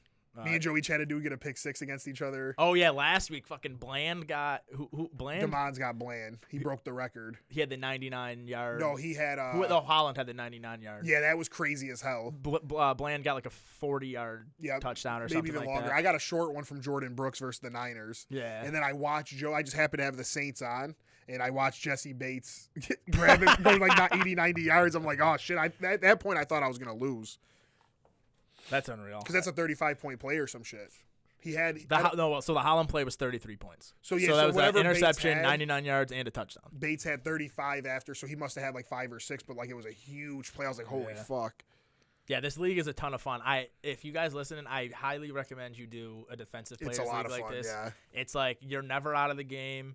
You get a crazy ass 30-point. Damon lost Monday Night Football because bum ass Marcus Peters, who got hurt like 2 plays later, got a pick 6. Yeah. Or think about Donnie versus Jake when Highsmith and Watt were trading. Yeah, unbelievable plays. Yeah. It was like Watt got a sack fumble, but Highsmith picked it up for a touchdown or vice versa, and against the Browns that night. Yeah, it's definitely a lot of fun. I definitely recommend it for if you're getting stale with regular fantasy. Especially because defense is crapshoots to begin with. Like you'll start Dallas versus the Panthers, but somehow the Patriots versus the Bills will outscore them because of some bullshit. At least if it's some bullshit, it's your player. Yeah. Damon drafted or picked up Bland, so his 5 pick 6s like he earned that. Like he picked that player. I don't know. It's just different to me. Yeah, it makes it a lot of fun. It's a ton of fun. Highly recommend it. But all right, let's move on to the run your pool, which also it's like me and Joe cannot make a comeback. I feel like me and you tied this week at least. Joe had a really bad week. It was the middle of the season where you beat me by like 3 straight weeks that you just pulled away. I can't. I mean, I'm 8 games behind. There's 6 weeks left. It's like I got to get you by 1 or 2 Eagles every held single. me down, you know. I know. I mean, that was. I'm mad I picked against the Packers, though I could have gained on you guys there, but I just couldn't see. We have like 17 guys out for injury on a team that I don't even think is that good. I really thought Detroit would score 40 to 50 points. Like, I really didn't see how we can beat them, but my boys proved me wrong. All right, Thursday night matchup, Seattle and Dallas. Seattle is I made like. all my picks last night. Did you? Yeah. All right. Well, Seattle's been looking Yeah, rough. they're dead. They got smacked around by the 49ers. They still might make the playoffs because it's the NFC. Dallas looked really good last week, though. What was it, 30 to 13? 45-10. 45-10. Yeah. Someone, First Washington. 35-13 was the Seattle game? Yeah, they had 31-13. 31-13, yeah. So, yeah, Dallas, I'm taking Dallas. Yeah, I think they should smoke them. Pollard's starting to get going. Dak's probably the best quarterback in football the last 4 or 5 weeks, maybe. Like, and he's been unbelievable. Cooks involved. Yeah, they're crushing shit. CD obviously is one of the best receivers in the league. Washington, Miami. I'm going to take Miami. Yeah, I think Washington Miami looked like they were going to be sneaky, and then the past couple weeks have just really kind of fell apart. Yeah, I think Miami should score a lot of points. Yeah. Washington, it's like if you didn't give up Chase Young and yeah, it was kind of weird that they Sweat, did that. But I mean their offenses were looking like a sneaky team. yeah, maybe they're not content with just making the playoffs this year. They're going like they think they're going to be good next year or year after, so they want to load guys. it up. I don't know. For a third round I was pick, surprised about Sweat. Young, I get with the injuries and maybe some in-house issues, but Sweat, I was surprised. I just feel like you got to bet on the talent. Like, No, like yeah, maybe, it was like, weird. Maybe he stops getting hurt and There's a reason. a third round pick does nothing for you unless you really hit a home run right there. So it's just like I don't know. What makes more sense for a young team trying to build? Keeping Chase Young, hoping he stays healthy eventually, Right. or a third round pick? It's me, Steve, and Billy. We used to always say, like at Wildly, it's like good teams. This is why good teams win, and it's why bad teams lose. Like you wonder why you're bad because though you think giving up Young and Sweat for peanuts is worth whatever you're going to do in the future. Like it's probably not going to work out for you. Yeah, and unless you're like completely out on Howell and you just want to completely blow it up. And I don't see how you can be. Like I know He's been fantasy don't looking good. matter, but he's top 5 in fantasy. That means he's making plays. Yeah. I know it could be garbage time. I know it doesn't mean he can win football games, but he's got to have some type of talent to put those numbers up. Yeah. Indy, Tennessee. This I seems have Indy, like but I forgot JT's now. Moss has played well. It seems like one of those games where it's like Indy, they might make the playoffs, and then they lose to a bad team in Tennessee. Do I want to switch that? Moss has been good, but JT and Moss together is pretty dynamic this year. I think I'm just gonna ride out Pittman's Indy. just been crazy too. Yeah. Fucking Derrick Henry had a good game last week, but he's been slowing down a lot. Indy's defense is sneaky fun. They make a lot of plays. I'm gonna keep my Colts pick in. Yeah, same. I wouldn't be shocked, like you said. This is totally a Colts thing to do is lose this week, which you guys need. So I know you'll be a big Titan fan this week. Yeah, I'm rooting for. I'm rooting so you for might the as well teams pick I the took Colts. against. Yeah, and you're happy either way. Carolina, Tampa Bay. You can't pick Carolina. That team's horrible. Maybe they'll play hard for this new coach, get a win, but I can't see it. Jets, Falcons. It's just like it's horrible. I'm going with the Jets though. Same. Because, it's a typical Falcons. Dude, it's thing like to if do. we think Ritter sucks, how can he do anything versus this defense? And they're not going to get Bijan the ball, where the Jets are going to get Breece Hall the ball and Garrett Wilson the ball. I'll take the Jets like 7-3. Tim Boyle's really bad though. He gets them boys off sides like Rodgers taught him though. He got like 3 of those shits.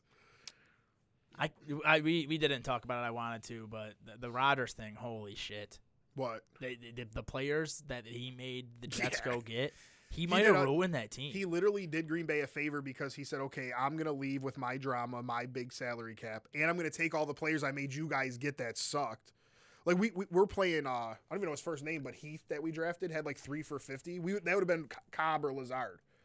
You know what I mean? Like he would have had these players out there for us. Remember last week we were talking and I looked at Tim Boyle's stats and I was like, this can't be the same person. Yeah, I told you. 1 touchdown to 10 interceptions. Yeah. I was like, there has to be another Tim Boyle. How did he get drafted? Yeah. There's 100 quarterbacks who are better than that. I was just assuming that he's like a real intelligent guy, like kind of like Sean Clifford, and he's Sean Clifford played at a big time program and was at least a decent. No, that's true. But I never looked at Tim Boyle as a guy who would really play though. You know what I mean? Yeah, but Tim Boyle's the guy like he comes in when your quarterback gets hurt, but then the next week you bring in Carson Wentz. I can't believe the Jets actually went with Tim Boyle over Trevor Siemian or whatever. We've kind of touched on it before, but I think it was RG3. It was one of these older quarterbacks who was like, I'd still deserve a chance in the NFL, but teams are weird and like we'll bring in these, and it's like he does. I guarantee RG3 might be old.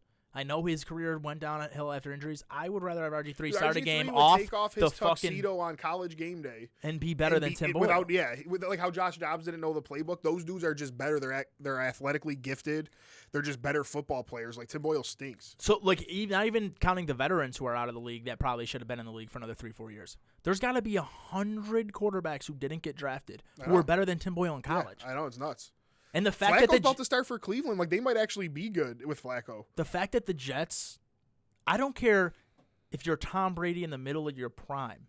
If you tell me to sign Tim Boyle, the only way I'm signing him, no, I would be like, yo, you pay half his salary, I'll pay the other half, and whatever reason you like him, I'll hire him as an assistant to the QB coach. He's not ever playing. We'll let him kneel the ball out after you had a good game so he can feel good. He's never starting a game. He's not better than Zach Wilson's awful. He is not better than Zach Wilson. Devon was saying that in the group. He's like, the Jets are lit. They literally are playing someone that's way worse than Zach Wilson. And it's true, though. If you took two these guys just out of the NFL and put them on a random college roster, Zach Wilson would Zach Wilson take BYU to the fucking smoke Tim Boyle. Not the playoffs, but like to a New Year's Bowl or whatever. Let's make college football fun. Let's take two random fucking programs who are going to make a bowl game because they have terrible schedules, and just give one Zach Wilson, give one Tim Boyle. Yeah. Let them play it out. Whoever wins starts the last game of the year for the Jets. Zach Wilson's smacking his shit. This shit is unreal. But with that said, I'm taking Atlanta. I'm taking Boyle. Tim Boyle, bro. I know he's going to win 7-3, bro. Ritter's not scoring on. I'm mad. I got to start London in like 6 leagues because of Jacoby Myers and like obviously like Diggs, but there's a few guys that I have in a lot of leagues that have week 13 bye. I'm sick that Drake London's playing the Jets the 1 week I need him. You know what's going to happen is Tim Boyle will throw 3 interceptions. They'll all be in field goal range. They'll get 7 yards on Bijan Robinson. They'll be like 40-yard field goals. Young Huku, they'll be 9-0. I'm taking the Falcons. I can't. Well, that's your chance to make up a There's game. no way I just went against that with Tim Boyle, and then I take them. There's no way. It'll just be great. Watch, Zach Wilson's going to get announced as the starter. I think Simeon might play. If Simeon plays, I'm taking Jets. All right. 100%. But they're going to announce it after Thursday, so. All right, Pittsburgh, Arizona. I'm taking Pittsburgh. Yeah, Steelers should dominate them. Kyler's fun. Looks good. He looks good, but he's going to be running for his life. Yeah. I like Pittsburgh in that one. TJ Watt's going to shove 3 firsts up his bunghole. Detroit and New Orleans. I'm taking Detroit. Yeah, Detroit, they're looking bad, but I think they'll come back. I think they'll bounce back this week and get a win. It's scary. It's in New Orleans, right? It's a scary game, but I think the Lions will win. Well, the Lions need to prove to themselves that they're just not 8-3 right now. Like they need to. They lost to you guys, right? They should have lost to the Bears. They were down 12 with 4 minutes left. The Bears gave them that game. If they want to feel like they're really contenders and put themselves in the conversation with the Eagles games they and the gotta 49ers, dominate. I don't think they're in that conversation. But if they want to think that themselves, the Patriots aren't even going to try to win. So I'm taking the Chargers. I think they missed that field goal on purpose.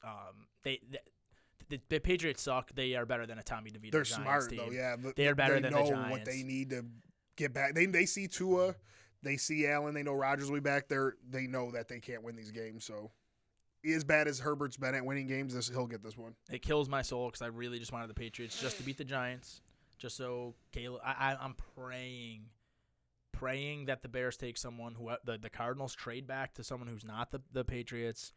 And then under 7.5 though, man. I wish we were rich. We could have pounded that like Jalen Green.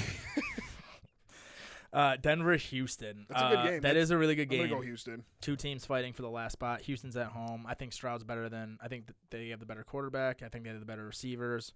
I'm gonna go Houston. I wouldn't be surprised either way. Denver's defense has played well. Peyton's starting to get shit going. Wilson's actually kind of looked decent. Yeah, Sutton's out here. Sutton's that guy. Sutton would have not ran that weird-ass route and would have scored the game winner. That's a fact. Philly, San Fran, game of the week. They should flex this for the night game. I know you're going to be happy that you guys play 8:30, right? Yeah.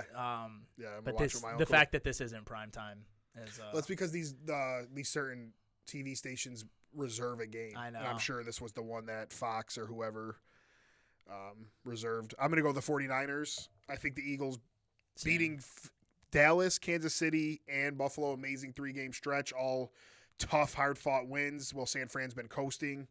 I think it'll catch up to Philly on this one, and San Fran's going to get them by a couple scores. But I think Philly might get them back in the NFC Championship game, though. But I could see Philly or San Fran like 31-21 type game this week. I think San Fran's the best team in the NFL, but Hurts. I think Hurts elevates the Eagles above them sometimes, and I can easily see them winning. Mm-hmm.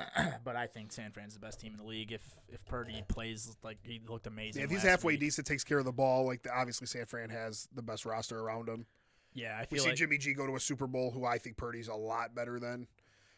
But it just shows how good San Fran is. So they're just so good when everyone's healthy. It's weird how much of an impact Debo has on them. Dude, because when he's out there, he opens up the field. win. I feel like for McCaffrey too the most. Cleveland Rams. The Rams are like starting to look good. Cleveland is. Cooper Kupp does nothing. It's so weird. Yeah, and Puka didn't really do anything either. No, Puka. I mean, weird. Kyron Williams is him.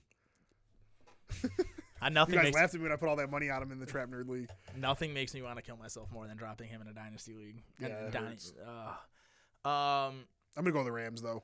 That Breece Hall Puka trade is looking real bad right now. I know we got a lot of time for it to. What was that? Well, you guys said that you would take Puka over Breece Hall. Yeah, but who's winning? Is Hall beating him?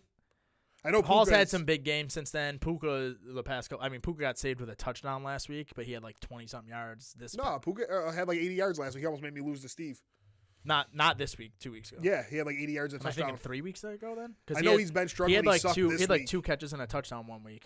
Let me see. Maybe I'm thinking. Puka had like 8 for 75. I want to say. Because Kupp went down and Steve got a bunch of points from Puka at the end. I was sick. He actually won them the game pretty much versus Seattle. Oh, he had 70 yards and a touchdown. Yeah, so he had 43, 32, 70, 27. Yeah. No, he's definitely slowed down a bit.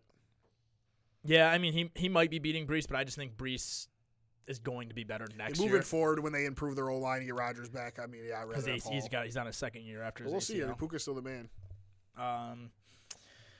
This is a tough game. I'm going to be rooting for the Rams for sure.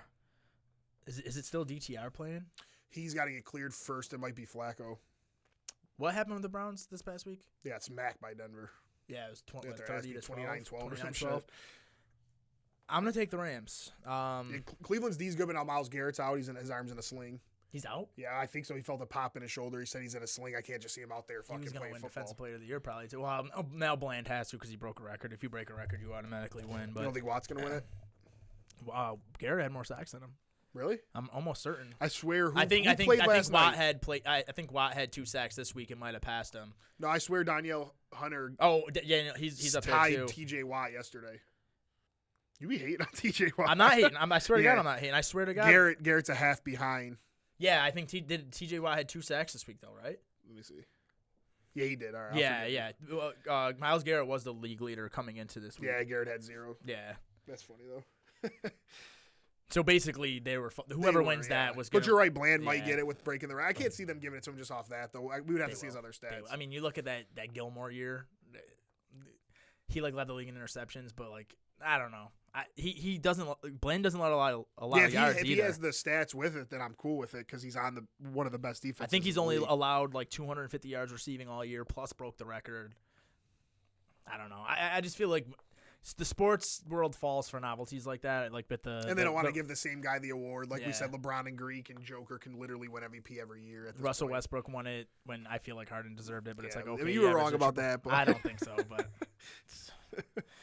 Every time you bring up an argument for Harden, but a triple-double. It's like shit. Dude, we can get into this. He carried this team that had me and you as his next best players to a 6 seed. Didn't he have Sabonis that year? Yeah, but he had Sabonis. They didn't know he wasn't even unlocked yet. Sabonis. They had Oladipo that year too. Oladipo was good, but Sabonis wasn't even getting burned like that. There was a lot of guys who left the team and got a lot better, and everyone was like, "Oh, these dudes are bums." Yeah, but maybe that's on the coach though. Or it's on the fact that Russell Westbrook broke the record for usage rate that year. We had this argument, and I remember looking at the minutes, and those guys weren't getting minutes. Who did Harden have though? Yeah, Harden was obviously a good choice for MVP too that year. I do. Remember I'm a Russ hater, so maybe he deserved it. Russ is still better than Harden too. That's why I'm mad. He is definitely better now. KC, Green Bay.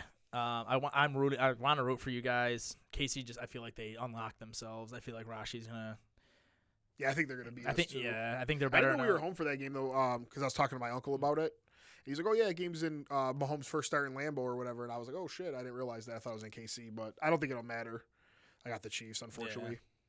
Yeah. And then I'm gonna take Jacksonville. Yeah, that would have been a fun Monday night game. It would have been Burrow and Lawrence, but they'd be fighting for. I mean, maybe they're set. Maybe they're only a game behind Jacksonville right now.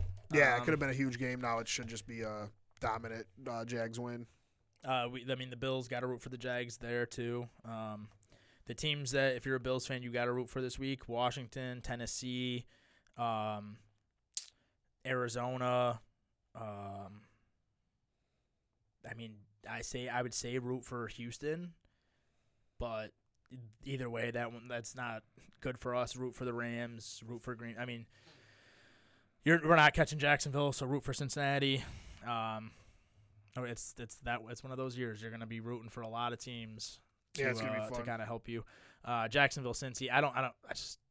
Jake Browning's just not gonna score a lot. I'd probably say like a 24-10 game. I'm gonna say 33 points.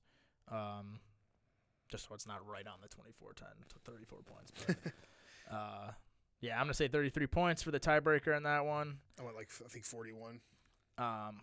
Who did we didn't even we picked all the same teams? Who did I pick? You definitely have Atlanta. I picked Atlanta. Let's see. There's an app, right? Yeah, that's why I meant to click it. Oh.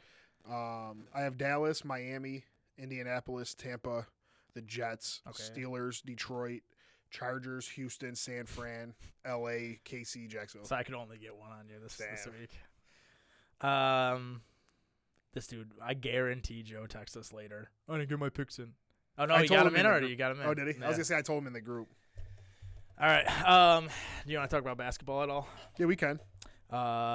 Pistons fucking suck. Yeah, the Pistons stink, boy. It's crazy. They were 2-1. I was feeling like, what's up? And now they lost 14. He was texting us because the Knicks were 1-2. He's like, "What's it? It's nice up here with 2 wins." Yeah, we haven't won since that text. 14 losses in a row. We lost to the Wizards. I'm mad sick about it, bro. We're trash. You guys are bad. I don't get it. Who's about to come out this year? We got to get one more piece. I don't know anyone. We're missing like when I watch the game, I feel like we're missing like a legit score. Like Cade scores, but we're missing someone who can just like that's what he does is score. Like Alec Burks would be our guy that like if we really need a bucket, we give it to him. Yeah. We're missing like I don't even know like like we had Jeremy Grant, but like him or Michael Porter. Like somebody who can shoot the ball. I don't know. I mean we stink. The Knicks, they've been playing really good in group stage, but then they got smacked by the Timberwolves, and then we almost beat the Suns, and Booker just hits that crazy. What's your guys' record? 9-7, 9-6. Let me double check. Your fantasy team's doing all right. Nah, we're 2-3. I'm 2-3. Yeah, 9-7. So we're the 6th seed right now. Magic is crazy. They're the fucking 2 seed, 12-5, unreal. Do you think they're for real? Who, the Magic? Magic. They're doing everything I thought Detroit. They're literally having the season I thought Detroit was going to have, where like we were going to be real competitive and possibly make the playoffs. I mean, they're like the 5 seed now, so they're definitely maybe over exceeding a little bit, but I think they're the 2 seed. They're the 2 seed. Magic are the 2 seed. Holy fuck! Last I looked, they were the 5. Obviously, it's close because it's early, but I don't know. I mean, Banchero, the Bogner brothers, fucking Jalen Suggs is crazy. Like he's mad emotional on the court. I feel like he's a good leader. I don't know. They're not going to hold it up that high. But they're going to probably make the playoffs. Like, they're pretty good. But obviously, Cleveland's had injuries. They'll pass them. Miami will pass them. I still think you guys will be better. Yeah, so right now the East is Celtics, Magic, Bucks, 76ers. Well, they're all tied, 12-5. And then the Heat are 10-7. Knicks, Pacers, 9-7. Cavs, 9-8. And then I mean, it's really tight all the way down until you get to the Hornets, and then the Hornets, Bulls, Wizards, and Pistons are bad. Yeah, the Bulls got to break that up. That didn't work out. They gave it a try. DeRozan, Levine, and Vooch is not the move. Donovan probably needs to get fired. Wizards are horrible. Pistons, sadly, are horrible. And who was the other team? The Hornets. Hornets. Yeah, the Hornets. LaMelo, another thing that I didn't say last week, but with Joe, as good as LaMelo is, he's always hurt. He has these soft-ass ankles or whatever he's got going on. The guy's always hurt, so even if he was the best player in the league at some point, it's a huge knock against him that he cannot stay on the court. And then the West. The West. This is so much fun. Timberwolves and Thunder, top 2 seeds in the West. The Nuggets. Thunder are tied right now. Suns are coming on. Mavericks have kind of cooled down a little bit. I think they started 5-0. They're 10-6 right now. Yeah, they're playing well. Kings, Rockets, which is awesome. Yeah, Rockets and the Magic Lakers are the teams that are doing out of Detroit, and those were the 3 teams that have been tanking, and we're the only ones that can. But it's still. But I mean, the Warriors, you never. Pelicans, Warriors, Clippers, all, and I mean even the Jazz are all within fighting distance. Yeah, the West is crazy. The Jazz, I don't think will do anything, but yeah, you're naming all these teams that are pretty damn good. It's good. The West is like the AFC. Yeah, and the Spurs have won one game. The Spurs were like since, Detroit; they were 2-1 or something, 3-2 or something. They've won one game since then. I don't know. The NBA. This is the most fun and wide open the NBA has been. I mean, last year I think was the start of it. I mean, we went through all those years where we knew who the championship. Yeah, I was losing a lot of love for the NBA. This year's changed with the even last year was a lot of fun. Good. Yeah, the tournament. They're kind of cracking down on the rest. It's not as cracked down as I thought it was going to be, but it hasn't been bad. Well, what they're doing now is just, I feel like, I don't want to. You can't miss tournament games, I think. Or no, because Joker missed yesterday. But he's hurt. He actually but I feel like they're making up injuries because it's like these guys are like, like a sprained ankle, and then they just miss 2 games. And they come Joker back was questionable like 3 games in a row and was coming off a back-to-back, so I'm sure that's like, I guess, should be allowed. You can't miss nationally televised games. They're making rules, and like the in-season tournament is fun. They're just doing things to make the league better, make it funner. Yeah. And there's young teams that are coming up. There's guys like Lillard that are in new spots. Like, it's just a really good product right now. I think they got the best commissioner of all the sports. No team, I think, has more than 2 stars, which is that's like weird. Like that's what I like. Back to being wide open. It's not just. Well, the Sun. I lied. The Suns obviously have more than 2 stars. Beal's called like a star, I don't know that he still is the player that he once was that won like a scoring title. He's obviously can take over a game and will play a huge part in their success down the road. But no, I love where the NBA is right now. We don't know that it's the Cavs Warriors, or we don't like Tim Duncan is going to the finals. Like, there's a number of teams. I'm confident in Boston personally. Yeah, I feel like if it wasn't for Boston, I think every team could beat every team in the. But I even like their team. Like, they're just a good team, but they don't have one player that people like go crazy over. Beside, like, I know Tatum is that good, but he's still not talked about the way some of these other MVP candidates are talked about. So it's not even like they're like the most stacked team. They're just really well-rounded and play great defense. Yeah, I just think when once the playoffs start and you slow the game down and it's like about who can play in the half court, it's like who's going to compete in the half court with these dudes? Yeah. I mean, like, of course Giannis can just wreck a game, but like, how are you going to – until he consistently hits free throws too. Yeah. How are you going to compete? Like, if Tatum's even having an average game, like, how are you going to – compete in a half court? Like, how are you going to score on these dudes consistently when you're being? I mean, sometimes they're going to have Derek White and Drew on the floor at the same time. Like, and then you got Kristaps inside, who, I mean, I think he can get bullied by. But he still sends some shit. Yeah, he's more of a shot blocker than like a legit like lockdown defender. Like, I think Giannis can body him down, but like it's just like you're gonna work so hard to get past a guy like Drew, and then you just get smacked by Kristaps. Like, it's gonna be Horford's down there. It's gonna be like demoralizing to play them, I feel like, in a half court. Over-unders this year are like 255, the highest over-unders in years. Like, there's just a lot of scoring. It's just been a lot of fun to watch. Every game's been pretty good. Yeah. But it is still early, so there's not too much to talk about. We haven't gotten into like the last rounds of the play-in tournament yet, which will be fun. I'm happy that the Knicks are winning those games at least. Yeah, are they advancing? So they won the last 2 they lost the first one, and then they beat the Wizards and they beat the Heat in group play. So I'm still not entirely sure how it works. A team wins each group, and then there's a wild card from the groups. So is it just the record? So it's like, record and then point differential is the tiebreaker.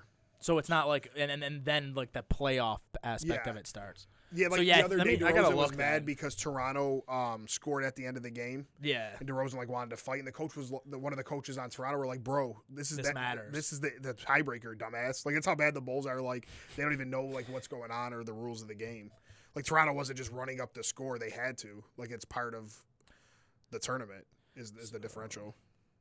They have an in-season tournament, so we are 2-1. We're behind the Bucks, who are 3-0 in our group. We're in a pretty tough group. We got, I mean, it's us, Bucks, and Heat, and then the Hornets and the Wizards. You got 2 of the worst teams in the league, and the Heat have been hurt. So you guys should come out as the wild card of that group, I would say, if I know the rules correctly. So you can already eliminate. They already have some guys eliminated though. So like the Pistons, the Wizards, the Raptors, Bulls can't win their group or be a wild card. Right now, though, Group C would have the Magic. So is it 1 wild card or 1 wild card per group? That's what I'm not sure. I want to say like half the teams advance to the knockout round, but I'm not right sure. Now, like the Knicks, Cavs, Celtics, and Nets would all be tied and the Heat would all be tied for like a wild card. Yeah. And then right now the Pacers, so the Pacers have clinched. They're 4-0 in group play. They've clinched a spot. Yeah, I'm impressed with them. They're fun. The Bucks are 3-0 in group play, and then the Magic are 3-1. So it would be the Bucks, Magic and Pacers, and then however the Yeah, I'm not sure how that works. We'll have to see. I gotta look it up because it's like bothering me. So in-season tournament layout. So I would love to see the Knicks in it. Yeah, it'd be fire. I would love to see the Pistons in it, but we can't.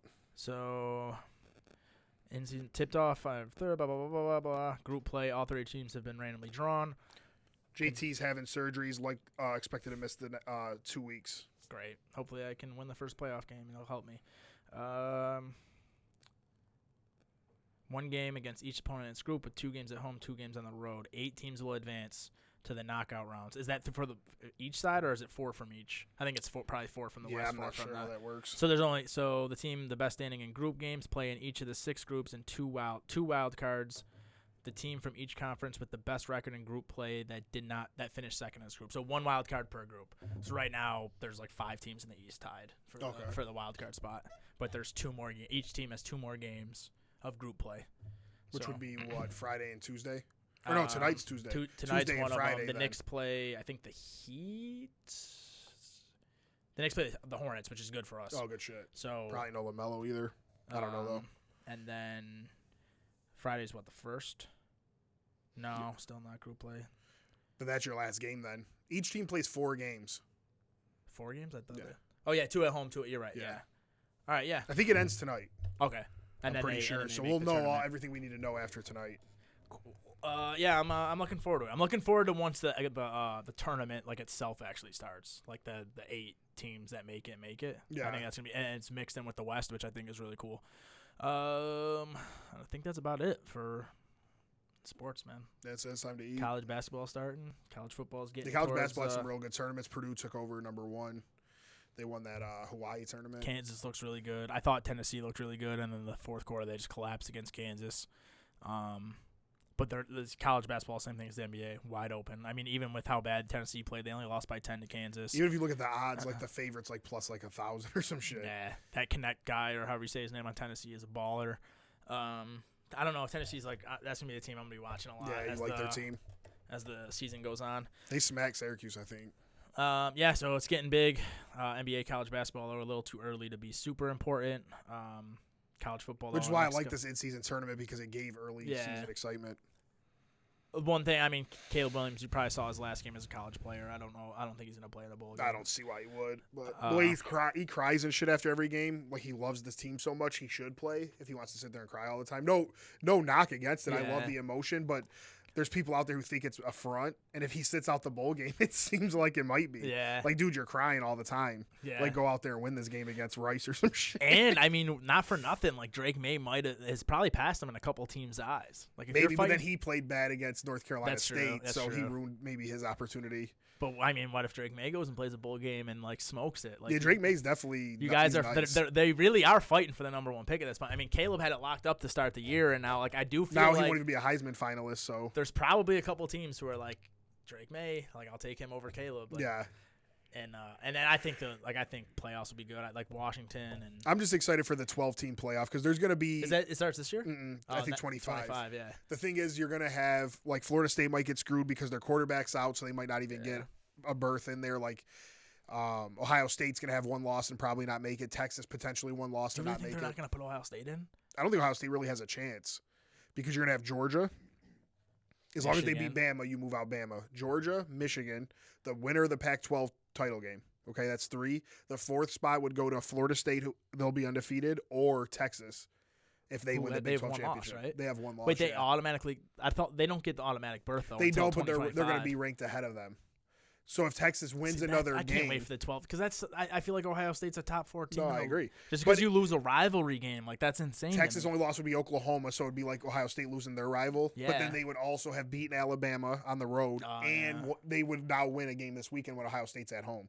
Ohio State can get in with help, but other than that, and I think if Alabama beats Georgia, then Texas don't make it, Florida State don't make it, or Ohio State. Alabama has 2 losses though, right? They have 1. They lost to Texas. That was it. I thought they lost to someone else. So if they go in with 1 loss, beat Georgia, then I think Georgia still makes it.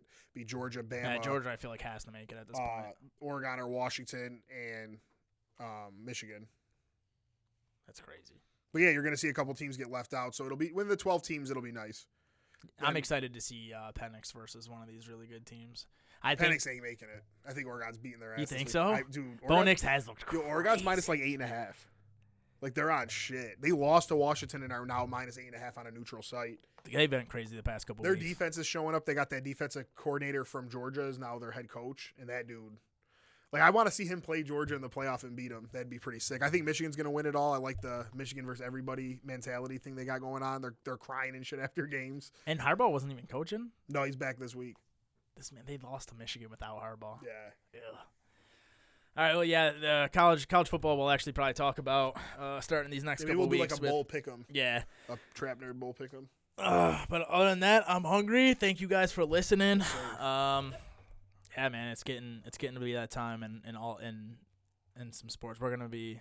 There's a lot going on. It's an exciting time of year. Thank you guys for listening. TrapNerd Sports everywhere. Thanks. Peace.